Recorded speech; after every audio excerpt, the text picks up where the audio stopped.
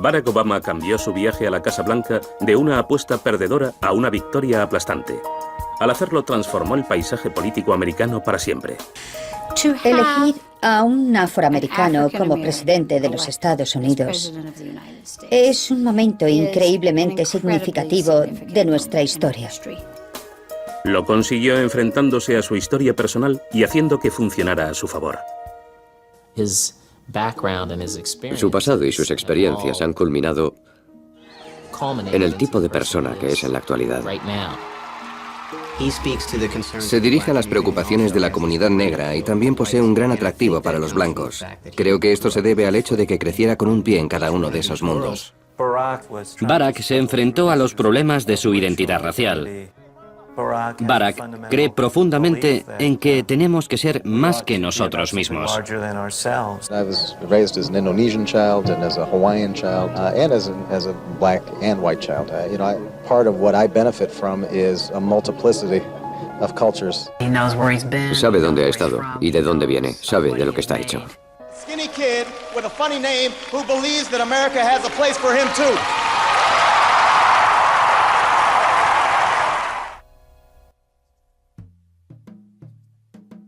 La historia de Barack Obama comienza en el país de su padre, Kenia. Allí, Barack Hussein Obama padre soñaba con una vida mejor, aunque se hubiera criado cuidando cabras. Se atrevió a solicitar una plaza universitaria en un país lejano con la idea de regresar para ayudar a su país. Ese lugar fue Hawái, en los Estados Unidos.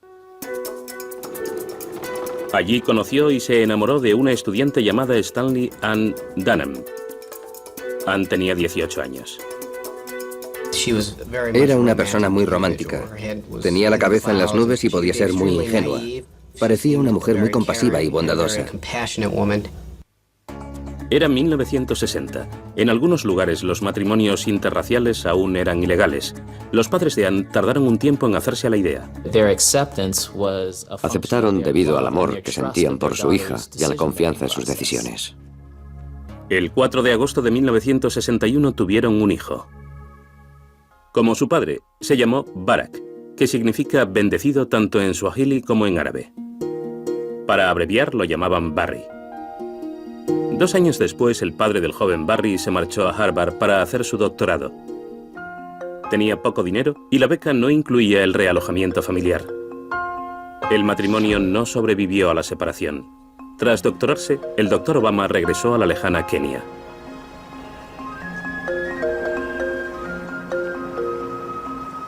Ann fue madre soltera hasta que se enamoró de nuevo, esta vez de un estudiante indonesio llamado Lolo Soetoro. En 1967, esta familia recién formada se mudó a Indonesia. Mientras Barry Obama crecía, la miseria a su alrededor le causó un profundo impacto. La pobreza te desafía todos los días. Tienes que encararla, pensar qué sientes ante ella. Tienes que pensar en ella en relación con tu propia vida y tu buena suerte relativa. Ann quiso que Barry supiera que era americano. Casi todos los días lo despertaba a las 4 de la mañana para que estudiase inglés y deseaba una educación aún mejor para su hijo. En el verano de 1971 envió a Barry a Hawái para que viviese con sus abuelos. Ann y la hermanastra de Barry, Maya, quedaron a 4.000 kilómetros de distancia. Algunas veces se autodescribe como un huérfano. Eso debe de haber tenido una gran influencia en quien es ahora y en su visión del mundo. Era uno de los poquísimos afroamericanos de su colegio. Por lo que sabían, Barry era ese negro de Indonesia. Una situación difícil para un niño de 10 u 11 años.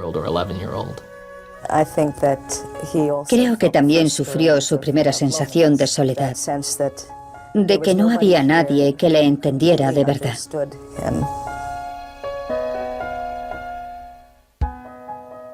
Pero desde niño, Barry ya intentaba entender lo que significaba ser negro.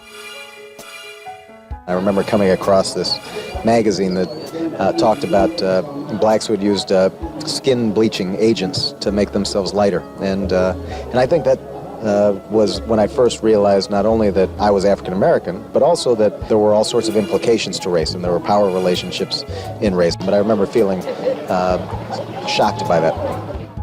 En 1972, Anne se separó de su segundo marido. La madre y la hermana de Barry se mudaron a Hawái. Anne comenzó un máster en antropología en la Universidad de Hawái y compartió muchas de sus clases con Maya y Barack. Era una persona realmente preocupada por los desfavorecidos, y eso se trasladó a la visión del mundo de Barack. Teníamos muñecas como la negra Elizabeth, Sacagawea, Meilín. Las teníamos de todos los colores del arco iris, que de hecho es el aspecto de nuestra familia, ¿no? Como consecuencia de las decisiones de mi madre. Pero esta madre soltera sufrió penurias y en un momento dado recurrió a las ayudas del Estado. Barry tuvo poco contacto con su padre en Kenia. Solo una vez, cuando Barry estaba en quinto de primaria, fue su padre a visitarlo. Llegó y se puso a hacer declaraciones sobre lo que Barack debería hacer y a decir que Barack no debería malgastar su tiempo viendo la televisión. Pienso que para Obama su presencia fue un trastorno, le confundía. Creo que pensaba que su padre no tenía derecho a decidir sobre ese tipo de cosas. El padre de Barry también le regaló música africana, pero se fue al mes de haber llegado. Barack Obama hijo nunca más vería a su padre. En el instituto, la necesidad de integrarse que Barry tenía se hizo aún más intensa. La diferencia entre la familia negra que tenía en casa y la forma en que el mundo contemplaba a los afroamericanos fuera de su hogar era un tanto confusa. En sus libros es muy interesante lo que dice acerca de no sentirse en casa, ni en un lugar ni en el otro. Eso es algo común entre los americanos interraciales. Obama trató de imitar lo que pensó era la cultura negra. Por eso se comportaba de forma chulesca. Jugaba al baloncesto, faltaba a clase y coqueteó con las drogas. Obama bebía cerveza, fumaba marihuana e incluso probó la cocaína.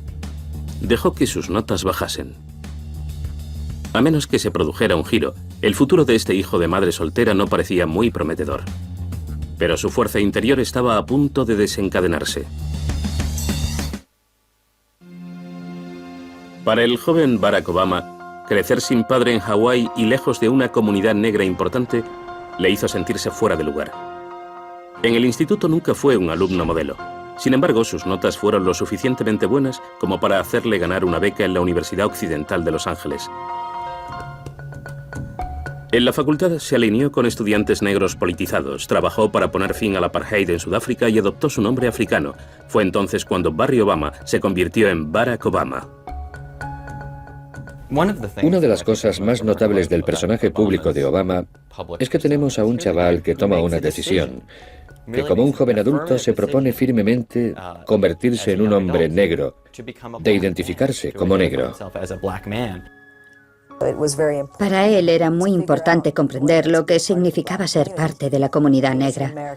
Era americano, un americano negro, y supongo que necesitaba entender lo que era eso. Cuando terminó segundo de carrera, Obama se trasladó a la Universidad de Columbia en Nueva York. Su periplo le había llevado al epicentro de la vida negra, Harlem. Se dio cuenta de que incluso allí, en una ciudad cosmopolita, la división era clara. Luchaba con los problemas de la identidad racial, al mismo tiempo que trataba de entender los conflictos sociales que giran en torno al asunto de la raza. En Columbia, Obama se hizo más disciplinado. Las drogas salieron de su vida. No salía mucho. Leía a Nietzsche y a Gandhi y absorbía todo lo que podía. Leía para la batalla y maduraba. Tenía que decidir lo que quería hacer durante el resto de su vida. Incluso comenzó a hacer planes para visitar a su padre en Kenia. Pero una mañana de 1982 sonó el teléfono. Al otro lado estaba su tía en África. Había habido un accidente de coche. Con solo 46 años, el padre de Obama estaba muerto. No sabía qué pensar. La muerte no había tomado forma o significado en su mente.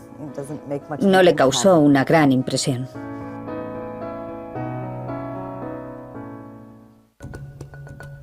Obama siguió concentrado en sus estudios y empezó a plantearse su vida después de la universidad.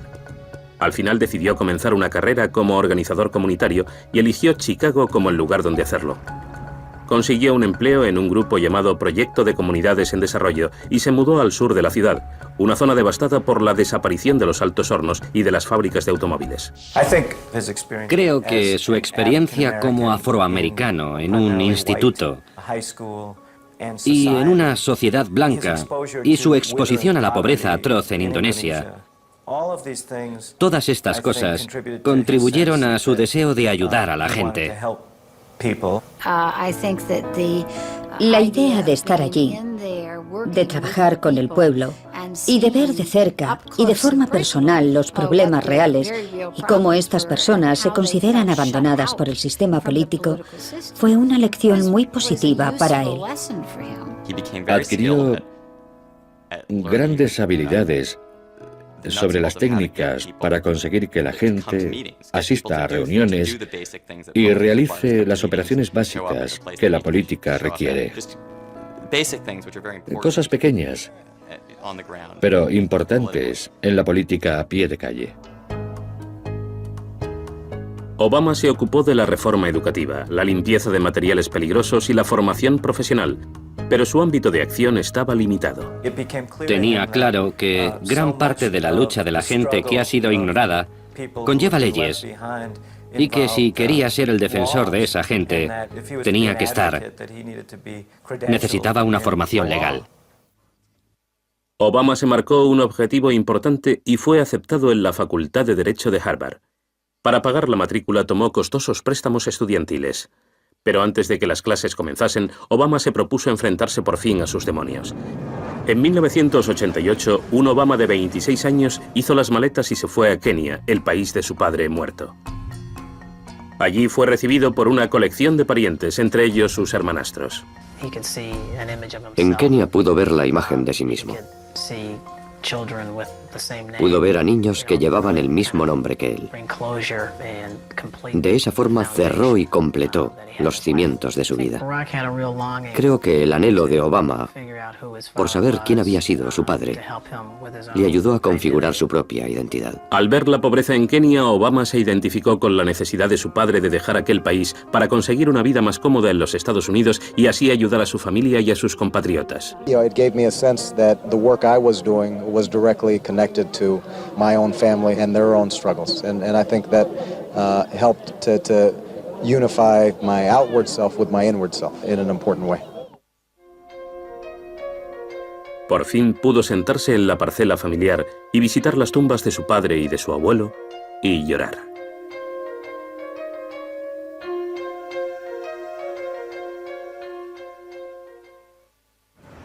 Ese otoño, Barack Obama estaba listo para comenzar en la Facultad de Derecho de Harvard. Prosperó gracias a una beca rigurosa y al final del primer curso, uno de los mejores bufetes del país, Sidley y Austin, contrató a Obama como becario de verano en su oficina de Chicago. Su jefa era una joven abogada llamada Michelle Robinson.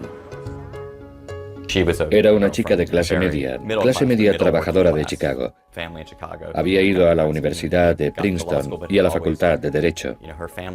Su familia era el prototipo del éxito negro americano. Cuando Michelle se negó a salir con Obama porque trabajaban juntos, él amenazó con dejar su trabajo. Tenía un sentido del humor estupendo. No se tomaba a sí mismo demasiado en serio. Pero lo que me impresionó fue lo que impresiona a la gente. ¿Cómo es que este joven, con ese origen tan extraño, se ha convertido en una sorpresa tan interesante? Me dijo, creo que algún día me meteré en política. Y le respondí, vale, muy bien, pero guárdatelo para ti. Y ahora ven a conocer a mi tía Grace. Todo lo que yo pensaba era, no digas ninguna tontería delante de mi hermana o sales tarifando ahora mismo. Ese otoño Obama regresó a Hawái y él y Michelle mantuvieron una larga relación a distancia. El punto más alto en la Facultad de Derecho de Harvard es la presidencia de la revista de Derecho de Harvard. La competencia es encarnizada y nunca antes un afroamericano había ocupado este puesto, pero tanto el claustro de profesores como los estudiantes le pidieron a Obama que se presentase. No creo que haya conocido a nadie con una combinación mayor de corazón, carisma, brillantez y potencial que Obama. En febrero de 1990, Barack Obama se convirtió en el primer presidente negro de la revista de Derecho de Harvard en su siglo de historia. La noticia apareció en el New York Times. Creo que fue una experiencia embriagadora para un joven como él. En ese momento, Barack examinó sus habilidades y su potencial. Fue un momento en el que debió de darse cuenta de que tal vez poseía el potencial para hacer algo muy significativo en esta sociedad. Sería la primera de muchas elecciones.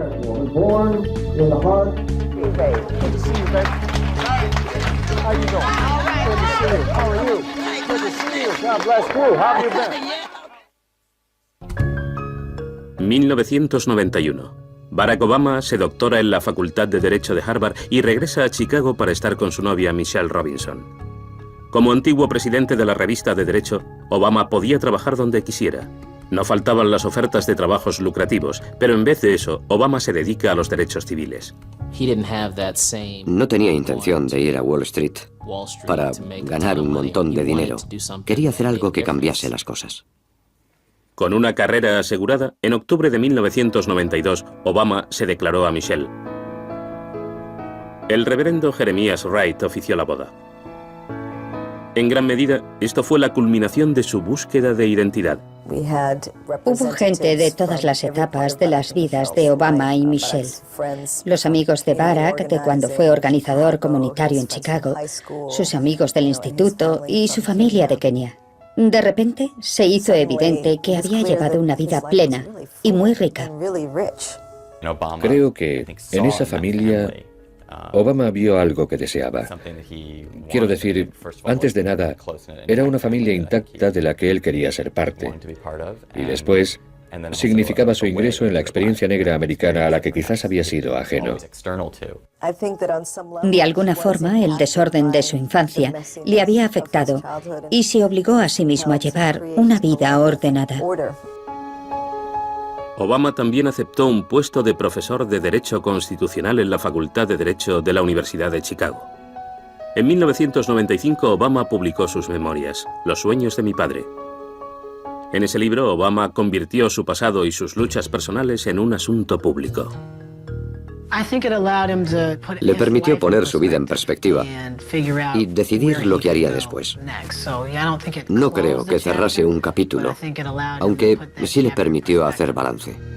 Parecía que todo le iba bien. Era un hombre casado, un profesor universitario y un escritor. Así que cuando un escaño del Senado de Illinois quedó vacante, decidió presentarse. Pero entonces la tragedia le golpeó. En plena campaña electoral, uno de sus seres queridos se enfermó. El 7 de noviembre de 1995, Ann, la madre de Obama, moría de cáncer justo antes de cumplir 53 años. Durante un pequeño funeral en Hawái, Barack arrojó las cenizas de su madre al océano.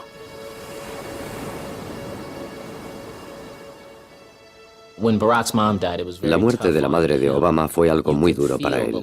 Podía sentir el amor que les tenía Obama y Amaya y cómo esto influyó en el modo en que sus hijos se enfrentaron a la vida. Fue la persona más importante de su vida durante sus primeros años. Barack heredó su romanticismo. Creo que para ser un buen político tienes que ser un poco romántico y poseer una noción bastante romántica de lo que puedes hacer para cambiar las cosas a mejor. Incluso durante su crisis personal, Obama prosiguió su campaña para ser senador de su estado. Todos nos unimos a él. Salíamos y nos dedicábamos a conseguir dinero, a registrar votantes y a hacer todo lo que podíamos. Gracias a sus años de experiencia como organizador comunitario y tras hacerse con el respaldo del periódico Chicago Tribune, Obama fue elegido senador del estado. En sus 2 primeras legislaturas consiguió que cada año se aprobaran 14 de las leyes que propuso, pero quería hacer algo más. Estábamos en minoría. En aquellos momentos muchas de sus iniciativas no fueron aprobadas porque el partido de la mayoría las bloqueó. Volvía a su casa frustrado porque pensaba que aunque él debatía sobre los problemas, eso no siempre funcionaba. El hogar se convirtió en un refugio de las presiones del cargo público. Es obvio que el matrimonio había sido crucial para su identidad. Y, por supuesto, también para su éxito político, en el sentido de que ahí estaba una mujer increíblemente capaz y además lista, encantadora, guapa y atractiva, que lo había ayudado y guiado en la política, una roca en su carrera política. My wife is wonderful. She's the most honest person I know. She is completely guileless. She just says what she thinks. En el día de la independencia de 1998, la pareja tuvo a su primer hijo, una niña llamada Malia Ann. Obama estaba decidido a ser el padre que él nunca tuvo. Hopefully I can make a contribution, but what's significant is that continuing legacy that we pass on to the next generation. El año siguiente, Obama se dispuso a presentarse a las elecciones para el Congreso. Fue una decisión valerosa. En las primarias, Obama se enfrentó al titular del cargo, Bobby Rush. Rush era un antiguo pantera negra y llevaba 4 legislaturas en el Congreso. Tal vez fuera demasiado pronto. Barack no contó con el apoyo de ningún político destacado, lo cual dificultó mucho su campaña. Senator Obama, what makes you different from the congressman? He thinks that his message... Obama pensó que si conseguía dar a conocer su mensaje, derribaría a este apreciado líder negro de Chicago. Pero la vida resultó no ser tan fácil.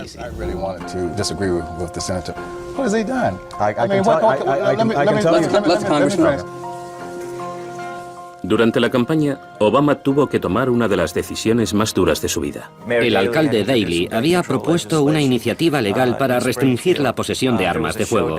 Hubo una votación decisiva en el Senado del Estado. El resultado iba a ser extremadamente ajustado. Obama estaba listo para regresar de unas vacaciones familiares en Hawái y votar. La hija de Barack se puso enferma y no sabían si era algo grave. Desde luego que Michelle lo necesitaba con ella, estaba muy preocupada. Obama sabía que esto podría costarle las elecciones, pero prefirió quedarse con su hija. La ley no fue aprobada y la prensa destrozó a Obama. Tuvo que regresar, explicarse y aguantar las críticas políticas por lo que había hecho. Pero se dio cuenta de que la familia es lo primero. Y eso fue solo el comienzo.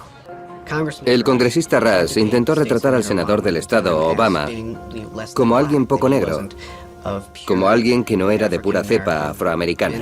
Obama es negro, y en cuanto a sus compromisos y a poner toda la carne en el asador por esta comunidad, ha hecho más que mucha gente que lo critica. Esta no sería la última vez que Obama iba a ser acusado de no ser suficientemente negro. Perdió las elecciones por un margen del 30%. Aprendió mucho de la derrota, la afrontó de la mejor manera que puedes, examinándola y diciendo, vale, cometí un error. Ahora, ¿qué puedo hacer para que la próxima vez salga mejor? Endeudado y despreciado por los que pensaban que debería haber esperado su turno, Obama ni siquiera fue elegido delegado para la convención del Partido Demócrata de 2000. Sin embargo, voló a Los Ángeles. En el aeropuerto, la empresa de alquiler de coches rechazó su tarjeta de crédito por haber excedido el límite. Cuando llegó al centro Staples, tuvo que seguir buena parte de la convención a través de monitores de televisión instalados en los pasillos. Se fue antes de que Al Gore pronunciara su discurso de aceptación de candidatura. Pocos sabían que en la próxima convención Obama sería el orador principal y que en la siguiente sería el candidato del partido a la presidencia del país.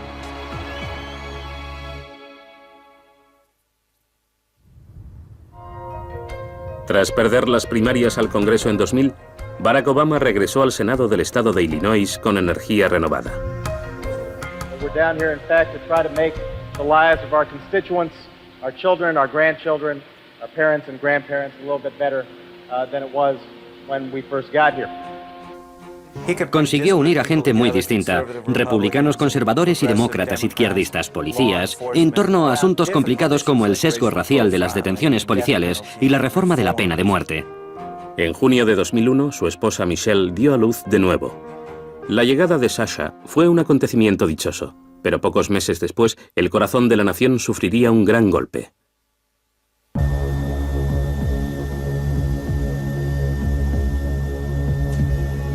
Obama apoyó la guerra en Afganistán, pero protestó contra la invasión de Irak. Y cuando esta guerra comenzó a ir mal, su postura aumentó su credibilidad entre algunos votantes. La oposición de Obama a la guerra de Irak fue absolutamente crucial para sus primeros éxitos políticos, porque así consiguió un montón de dinero que destinó a la creación del tipo de organización política que después utilizó para triunfar. 2 años después, Obama se presentó a las elecciones para el Senado de los Estados Unidos. Las heridas de las primarias de 2000 todavía estaban frescas. En un momento dado mi hermana le dijo, mira, si no ganas esta vez, te buscas un trabajo y tenemos una vida normal.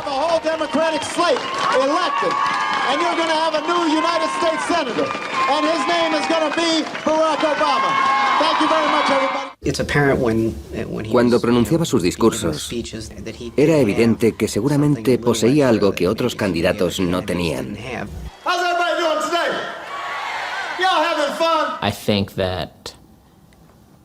Creo que todo el mundo pensó que Barack tenía posibilidades, pero remotas.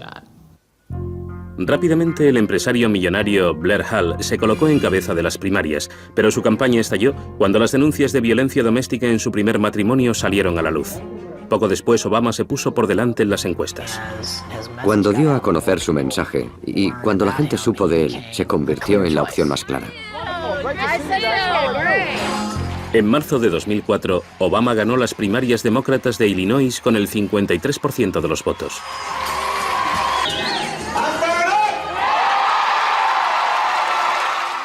Ahora, Obama tenía que enfrentarse al candidato republicano Jack Ryan. Obama, que era conocido en Chicago, tenía que ganarse las zonas más conservadoras del interior del estado. Al haberse criado con una madre y unos abuelos blancos, no era ajeno a la población de esa región. Sin lugar a dudas, la infancia de Obama le ayudó a llegar a más gente. Entonces, en junio de 2004, la candidatura de Ryan, igual que había ocurrido con la de Hull, quedó manchada por el escándalo. Aparecieron denuncias de que había usado a su esposa, la actriz Jeri Ryan, de la serie Star Trek, para realizar actos sexuales en presencia de desconocidos. Competía contra este hombre que parecía el niño prodigio del Partido Republicano. Pero cuando nos enteramos del asunto, de los sex shops y de todas esas cosas increíblemente escandalosas, de repente Obama se quedó sin rival. Ryan retiró su candidatura. En abril de ese año, el senador y candidato presidencial John Kerry vio hablar a Obama. Y lo que oyó le gustó.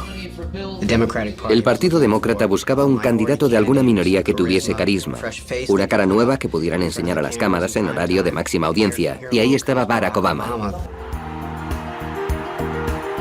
Kerry y el Partido Demócrata eligieron a Obama para que pronunciase el discurso central en Boston durante la Convención Demócrata de 2004. 4 años después de que ni siquiera fuera invitado a la convención, Obama dio su primer paso en la escena nacional. Su extraño nombre sorprendió a muchos telespectadores. Barack Obama.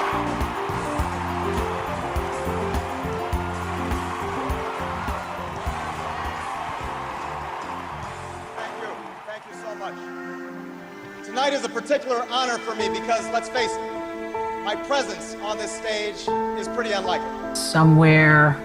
En algún momento, durante los primeros 2 minutos o así de su discurso, todos pasamos de ser amigos nerviosos a americanos cautivados por el poder de persuasión y la elocuencia de este futuro líder. I stand here knowing that my story is part of the larger American story, that I owe a debt to all of those who came before me, and that in no other country on earth is my story even possible. Los discursos centrales de las convenciones pueden ser simplemente horribles o muy edificantes, y el suyo fue el mejor de todos. Y el mensaje fue muy bonito. Era un mensaje de inclusión, de, por usar el cliché, cambio.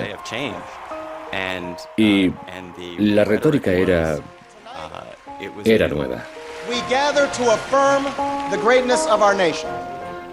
There is not a liberal America and a conservative America. There is the United States of America. There is not a black America and a white America and Latino America and Asian America. There's the United States of America. Pocas veces en la historia, un discurso ha conseguido crear una figura nacional. Por el discurso, estaba claro que ese hombre era el político que uno quería ver.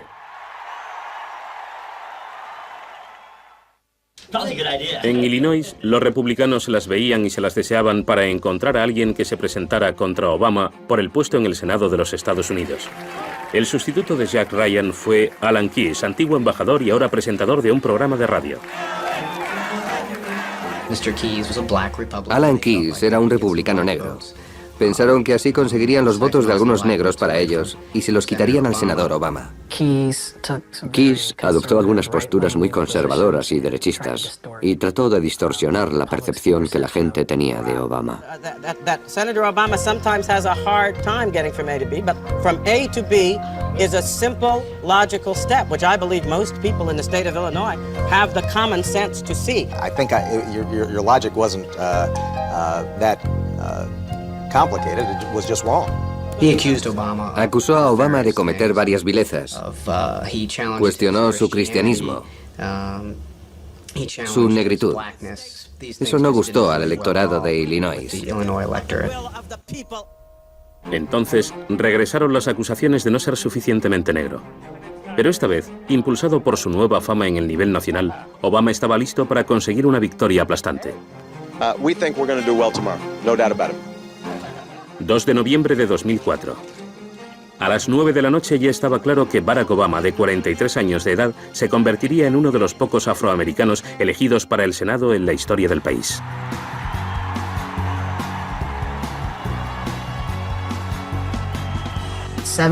Más del 70% del pueblo de Illinois, blancos, negros, hispanos, asiáticos, republicanos, demócratas, todos eligieron a este candidato en proporciones abrumadoras. Michelle se quedó en casa con las niñas y de nuevo los Obama tuvieron que mantener una relación a distancia. Barack compensó la soledad concentrándose en los asuntos importantes del día a día. Y pocos meses después de su toma de posesión, se produjo uno de los acontecimientos más devastadores de la historia de los Estados Unidos. Una gran ciudad americana fue casi destruida por las inundaciones que siguieron al huracán Katrina. Obama trabajó para que las ayudas del gobierno federal llegasen a las víctimas de Nueva Orleans y no fueran empleadas en lucrativos contratos de construcción.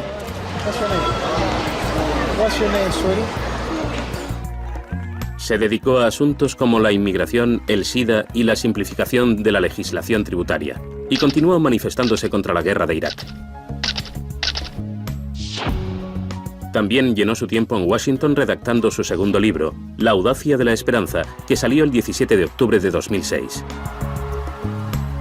En parte biográfico y en parte político, en esta obra Obama explica sus opiniones sobre la fe, la familia y el papel del Estado en una serie de asuntos. El libro se convirtió en un bestseller y el primero fue reeditado. Las versiones de audio de ambos libros consiguieron sendos premios Grammy. Gente de todo el país se interesó por este nuevo senador, haciéndole depositario de sus sueños y esperanzas. Tras 2 años desde que llegara al Senado, sus partidarios, muchos desde que participó en la Convención Demócrata de 2004, comenzaron a pedirle que se presentase a las elecciones presidenciales. Se especulaba mucho en Washington acerca de si Obama se presentaría. Muchos se preguntaban si era el momento adecuado. Algunos pensaban que debería esperar su turno. Otros estaban convencidos de que esto sería un gran error, porque cada uno tiene su momento y debe aprovecharlo. Y eso es precisamente lo que hizo. Lo llamaba una empresa improbable, la de llegar a la Casa Blanca. It's time to turn the page, right here and right now. El 10 de febrero de 2007, apenas comenzado el tercer año de su primer mandato como senador, Barack Obama realizó unas atrevidas manifestaciones ante el Capitolio de Springfield, la capital de Illinois. Stand before you today to announce my candidacy for President of the United States of America.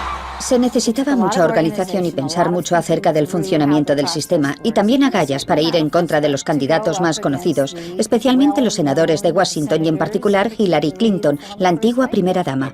Cuando a principios de 2007 Obama anunció que iría a las presidenciales, todos los estrategas políticos demócratas que se preciaban de serlo dijeron que Hillary Clinton lo tenía hecho, salvo por la pequeña posibilidad de que el senador John Edwards le arrebatase la nominación.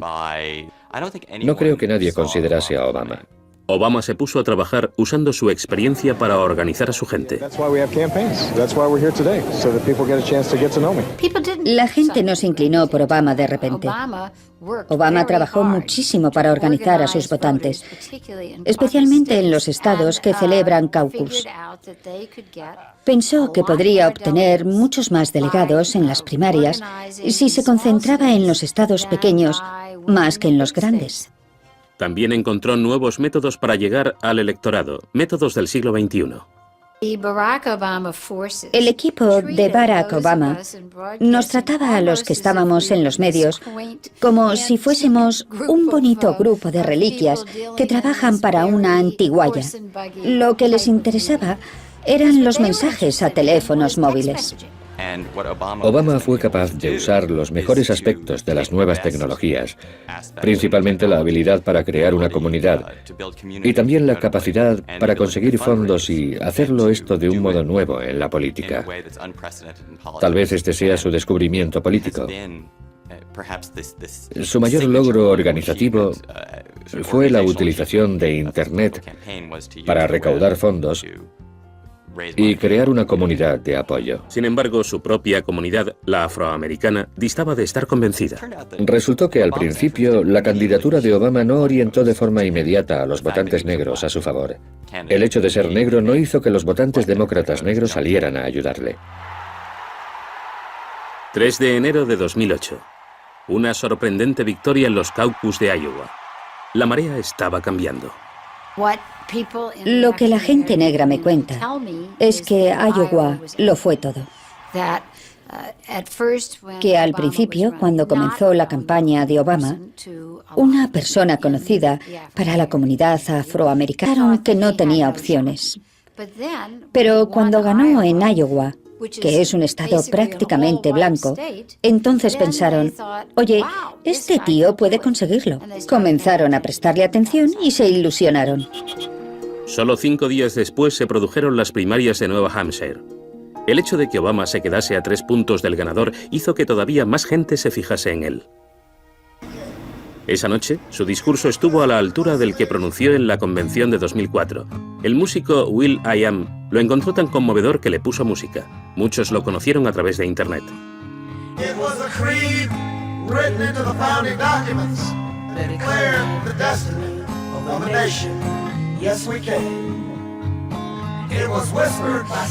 El vídeo de Yes We Can tuvo un efecto contagioso y se propagó por todo el universo, especialmente entre la gente joven. Fue un gran éxito para Obama.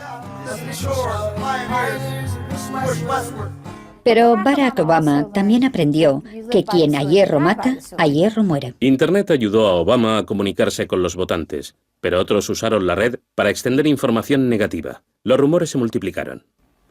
Una de las cosas que persiguieron a Obama durante toda la campaña presidencial fue el mito de que era musulmán, algo originado en su nombre, en el hecho de su nombre. Los discursos del antiguo pastor de Obama, el hombre que celebró su boda, el hombre que bautizó a sus hijas, salieron a la luz.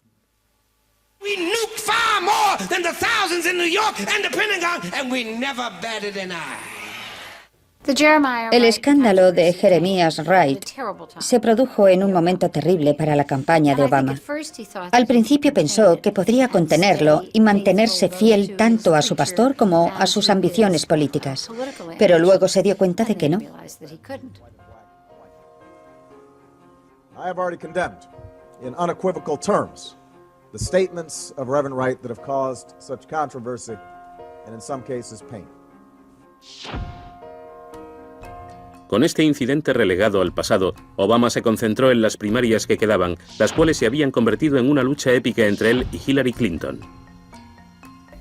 Tras Iowa y Nueva Hampshire, estaba claro que iba a ser una elección histórica. Por primera vez, el candidato a la presidencia de uno de los grandes partidos iba a ser una mujer o un negro. Eso era un gran acontecimiento, así que las primarias demócratas fueron algo muy excitante de principio a fin. Las trabajosas primarias continuaron, aunque las probabilidades de Clinton fueran cada vez menores. Nadie ha deseado la presidencia tanto como Hillary Clinton. Nadie se la ha trabajado tanto, luchado tanto, puesto tanto de sí misma como ella. Fue muy triste verle perder su sueño, cómo el sueño se le había escapado de las manos. El 3 de junio, Obama por fin consiguió el número suficiente de delegados para asegurarse la nominación. Because of you, tonight I can stand here and say that I will be the Democratic nominee for the President of the United States of America. Clinton suspendió su campaña, pero a finales de mes les dijo a sus partidarios que si querían trabajar por ella, deberían hacerlo apoyando a su antiguo rival. Los demócratas estaban preocupados porque la división interna había durado demasiado. Temían que algunos de los votantes de Clinton nunca aceptaran a Obama y terminasen apoyando al candidato republicano, el senador John McCain. Pero durante la Convención Nacional Demócrata las heridas se curaron completamente cuando la senadora Clinton interrumpió el conteo de delegados. I move Senator Barack Obama of Illinois be selected by this convention by acclamation as the nominee of the Democratic Party for President of the United States. Que Hillary Clinton fuera la persona que pidiera una nominación por aclamación era lo mejor que podría haber pasado. Y así lo hizo ella. Entonces la velada se trasladó al Estadio Invesco de Denver. Era el 45º aniversario del discurso Tengo un sueño de Martin Luther King. With profound gratitude and great humility, I accept your nomination for presidency of the United States.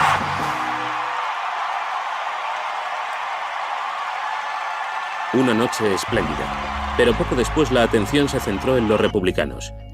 John McCain sorprendió al mundo cuando designó a la gobernadora Sarah Palin, una gobernadora poco conocida, como candidata a la vicepresidencia. Palin concentró la atención del público, pero 2 semanas después de la convención republicana surgió un problema que eclipsó todo lo demás: la economía. Grandes instituciones financieras se venían abajo y el mercado de valores se hundía, amenazando con provocar una profunda recesión en el país o incluso algo peor. Como defensor de la liberalización, John McCain pareció estar más cercano a las políticas seguidas por un presidente impopular, George Bush. McCain tuvo un buen mes, en el que parecía que todo le salía bien. Y de pronto, todo se hundió. Cuando la economía es el tema más importante, el candidato demócrata lo tiene mejor. Y en un año que iba a ser especialmente duro para un candidato republicano, tener Wall Street en caída libre 6 semanas antes de las elecciones era algo casi imposible de superar por un republicano. Lo que la mayoría de nosotros vio en los momentos de crisis económica a principios de otoño fue la prueba de su temperamento, que se caracteriza por un talante tranquilo y reconfortante. Esto concordaba con su campaña, porque creo que como persona, Obama es así. A medida que el apoyo a McCain reflejado en las encuestas decaía, los republicanos investigaron en el pasado de Obama para vincularlo a un conocido suyo llamado William Ayers, quien había cometido actos de terrorismo cuando Obama era un niño. La táctica fracasó en su intento de cambiar la tendencia de las encuestas, que en esos momentos eran netamente favorables a Obama. En la recta final, las cosas iban bien para él, pero como había ocurrido 2 veces antes, en medio de unas elecciones importantes, uno de los seres queridos de Obama enfermó. Esta vez fue la mujer que había ayudado a criarlo. Barack suspendió la campaña y voló a Hawái. Su abuela falleció un día antes de que su nieto cumpliera su destino. El 4 de noviembre de 2008, casi 2 años después de que Obama lanzase su desafío, concluyó el combate. Los americanos acudieron a las urnas. Debían decidir quién deseaban que estuviese al timón de la nación en tiempos especialmente delicados. Obama se impuso por 9,5 millones de votos y 2/3 del colegio electoral. Los Estados Unidos tendrían su primer presidente negro. Consiguió apropiarse del deseo de cambio, que es la esencia de la identidad americana. y de cómo los americanos pueden lograr cosas. Y todo eso en unos momentos de división política nunca vista antes. Su habilidad para conjurar los mejores espíritus de la gente y apelar a sus deseos de reconciliación y de unidad es extraordinaria. Por supuesto que ni el asunto de la raza, ni los problemas entre las razas han acabado en estas elecciones. Pero lo que sí se ha producido es una constatación increíble de lo que es el pueblo americano y de cómo se siente de cara al futuro. Estamos ante un momento histórico para los Estados Unidos.